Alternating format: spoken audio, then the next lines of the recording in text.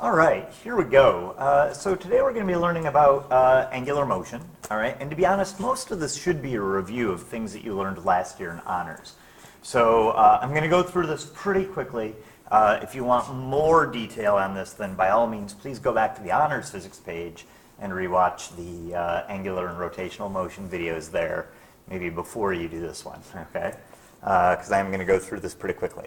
All right, so at the beginning of the year, we learned about linear displacement, right? And that was a measure of how far your object traveled in terms of, distance. So we would measure the displacement in meters or feet or inches or kilometers or whatever, right? And so the linear displacement was just the change in position on a number line. All right, so this chapter, instead of talking about an object moving through space, we're going to talk about an object that rotates, all right? And as the object rotates, it's going to turn through some angle, all right? And so the angle that it turns through, we're going to call change in theta. We're going to call that angular displacement, okay? And so, you might picture, instead of, a linear number line that has an origin at 0 and then runs off positive and negative, now we're going to have sort of a circular number line. We'll usually set 0 to be here, and then the number line will run off to be positive and negative, all right? And so notice, just like we did last year, we're going to make, unfortunately, counterclockwise will correspond to positive, clockwise will correspond to negative. We're not going to get bogged down with the right-hand rule, if you remember that. We're basically just going to always do clockwise is negative, counterclockwise is positive, okay? So those are going to be our sign conventions, all right? So, just to refresh your memory, maybe you've got an object that turns from here to here, then we're going to say that our change in theta for that example would be, what, 90 degrees, okay? But because of the infamous jumper equations, we usually don't want to use degrees, all right? We're usually, when we do angular motion, we're usually going to use radians as our angle of measure, okay? So, there you go. All right, so in this example, if you go from here to here, then your change in angular position is pi over 2 radians, okay? And notice that's true at any radius, right? Okay, so any, if this arm, suppose you've got one spoke of a bicycle, and your spoke goes from here to here, then every point on that spoke has turned through 90 degrees, or pi over 2 radians, okay? So, remember, the jumper equations are the ones that allow us to convert between the linear and the angular values, okay? So this is going to be our linear value. Change in theta is our angular value, and r here is the radius. Please remember, to use one of these jumper equations, you have to use radians. So you have to measure your angular value in radians, or when we get to velocity, radians per second, or radians per second squared, or whatever it is, okay? But just remember that it's always linear, it's always linear equals angular times radius, okay? And if you forget, you can just remember it, c equals 2 pi r, right? That's where that comes from. Your linear circumference around a circle is equal to the change in theta as you go around the circle times the radius. Okay? Okay, so when in doubt, switch to radians. If you're not sure, it will, won't hurt you to switch to radians as long as you do everything. Okay? Now, we talked about linear velocity, right? And we learned that average, oh my gosh, sorry, fighting the pens here. We learned that average velocity is displacement over time, right? It's how far you move linearly per unit time, all right? This unit, we're going to care about angular velocity, all right? And so we use the Greek letter omega to represent to represent angular velocity. So, all right, so just as a reminder, this is the Greek letter omega. It's lowercase letter omega, all right? And it looks kind of like a curly W, okay? All right, and so that can be calculated by, instead of finding your change in linear position, you find your change in angular position and divide that by the time, okay? And using a substitution, in other words, multiplying both of these equations by no, sorry. Multiplying both sides of this equation by r gives you this equation, all right?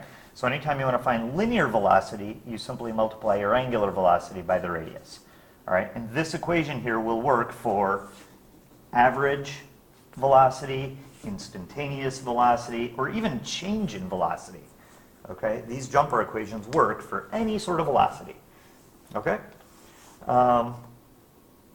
So there we go. And again, your angular velocity there would have to be in radians per second. All right. Okay. So again, we already talked about this, the signs. So I think I already talked about this a few minutes ago. So cool. Just make a note that this, I don't know that every teacher will use this.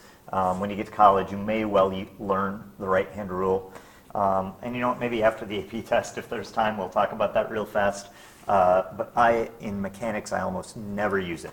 It definitely will come up when you get to electricity and magnetism, okay?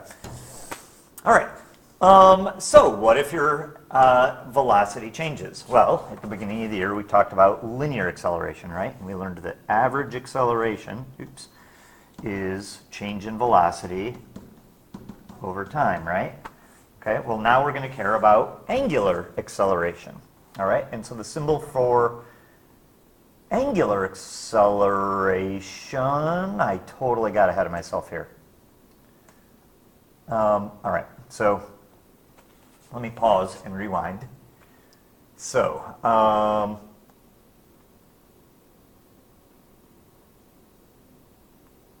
yeah, I don't know that.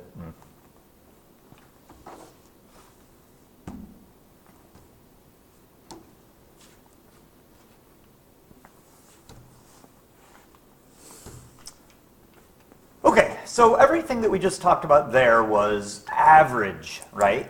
The two equations that we just looked at here were about, let me highlight it, were about average velocity and average angular velocity, all right?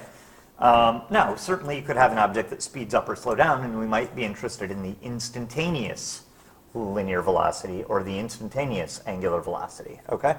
And so your notation is the same, you just write it, you know, without the little average subscript there, okay? So we can talk about the instantaneous linear velocity of an object or the instantaneous angular velocity of an object, okay? So this, I'll usually just refer to it as linear velocity. Occasionally I'll call it tangential velocity because at any given moment, you know, if you've got an object moving in a circle like this, at any given moment the velocity is tangent to the circle, okay? So the linear velocity I'll sometimes call tangential velocity, all right? And then, you know, omega is your angular velocity. That's how fast it's rotating, all right?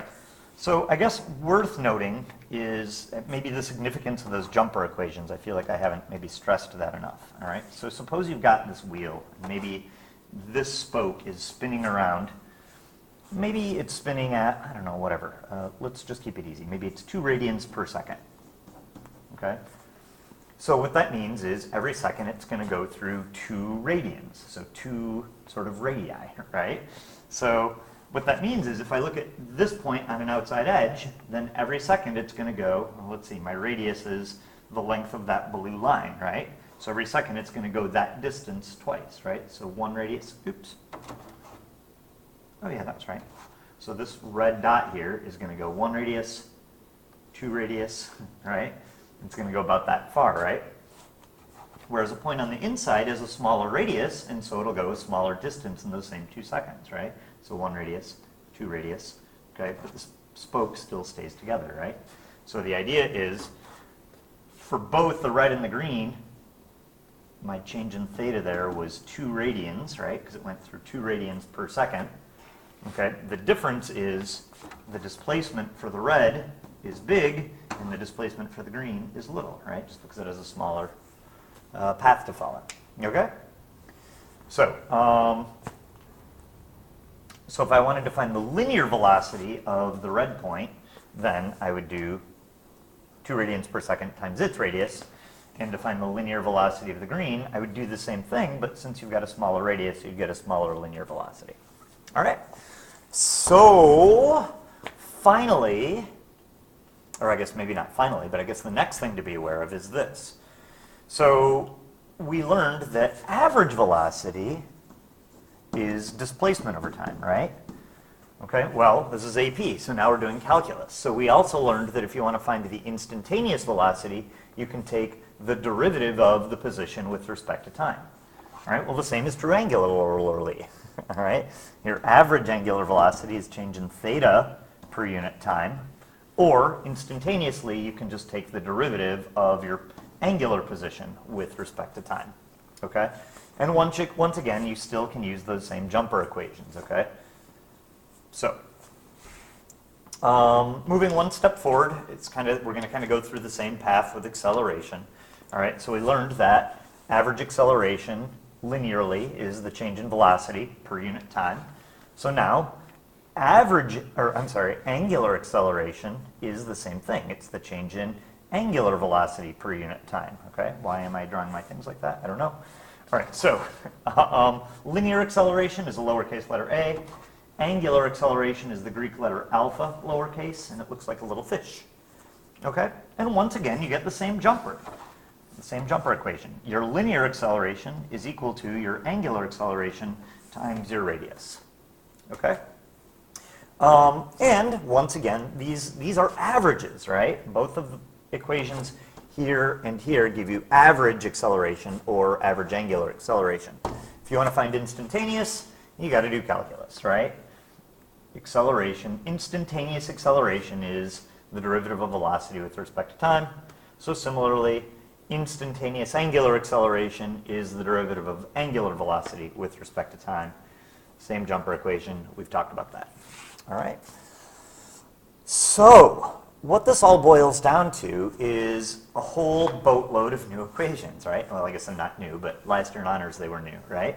And the idea is for constant acceleration, you've got these sort of famous constant acceleration equations, right? Okay, and you'll notice the blue ones on the right side of the screen correspond to the red ones on the left side. The only difference is we've replaced each of the linear quantities with an angular quantity. Okay? All right, and then on top of that, you've got your calculus stuff, which would just be this, that the derivative of position with respect to time is velocity, and the derivative of angular position with respect to time is angular velocity. Okay? And then you can go the other way, integrate, right? That the integral of velocity with respect to time would give you your position, right? Or change in position, depending on if you're doing a definite or indefinite integral, right? And so over here, we're going to get the same thing. Your angular position is the integral of angular velocity with respect to time. Okay? And then we can go through the same velocity acceleration relationship, right? So let's see, the derivative of velocity with respect to time is acceleration, which means if you integrate acceleration with respect to time, that's going to give you velocity, or change in velocity. And over here, the derivative of angular velocity with respect to time is angular acceleration. So if you integrate angular acceleration with respect to time, that gives you your angular velocity, or change in angular velocity for a definite integral. Okay? So really, there's nothing new here except that we've replaced all of our linear quantities with angular quantities, all right? And really, I think the best thing for you to do is to just dive in and do some problems and see how they go, all right? So, again, if you need more information on this, please, please, please go back and watch those honors videos, all right? There we go.